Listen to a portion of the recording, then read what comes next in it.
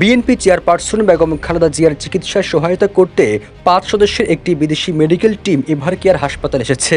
তারা বেগম জিয়ার চিকিৎসায় নিয়োজিত দেশি বিদেশি বিশেষজ্ঞদের সঙ্গে বৈঠকে বসবেন। এদিকে এক অনুষ্ঠানে বিএনপির মহাসচিব মির্জা ফখরুল ইসলাম আলমগীর জানিয়েছেন, বেগম জিয়া অত্যন্ত অসুস্থ এবং তার চিকিৎসকরা আপ্রাণ চেষ্টা করছেন।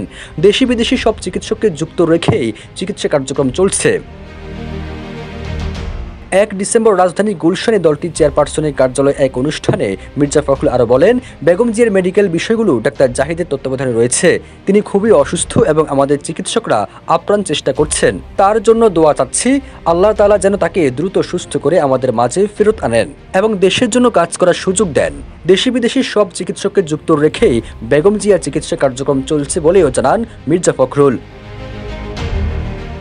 এদিকে বেগম জিয়ার মেডিকেল বোর্ড জানায়, খালেদা জিয়ার বর্তমান শারীরিক অবস্থা বিবেচনায় বাড়তি বিশেষজ্ঞ মতামত অত্যন্ত প্রয়োজন। তাই চিকিৎসায় সহায়তা করতে ৫ সদস্যের একটি বিদেশি মেডিকেল টিম এভার কেয়ার হাসপাতালে এসেছে। এই বিদেশি চিকিৎসকদের বেশিরভাগ চীনা নাগরিক। এর আগে ২৯ নভেম্বর রাতে রাজধানী এভার কেয়ার হাসপাতালের সামনে এক ব্রিফিংয়ে ডাক্তার AZM জাহিদ হোসেন জানান, বেগম জিয়ার অবস্থা ৩ দিন ধরে অপরিবর্তিত রয়েছে।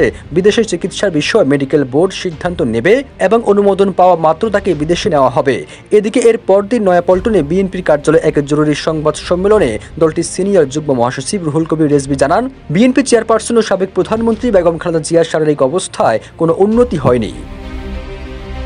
সবুজ আলম, নিউজ ডেস্ক, ইত্তেফাক।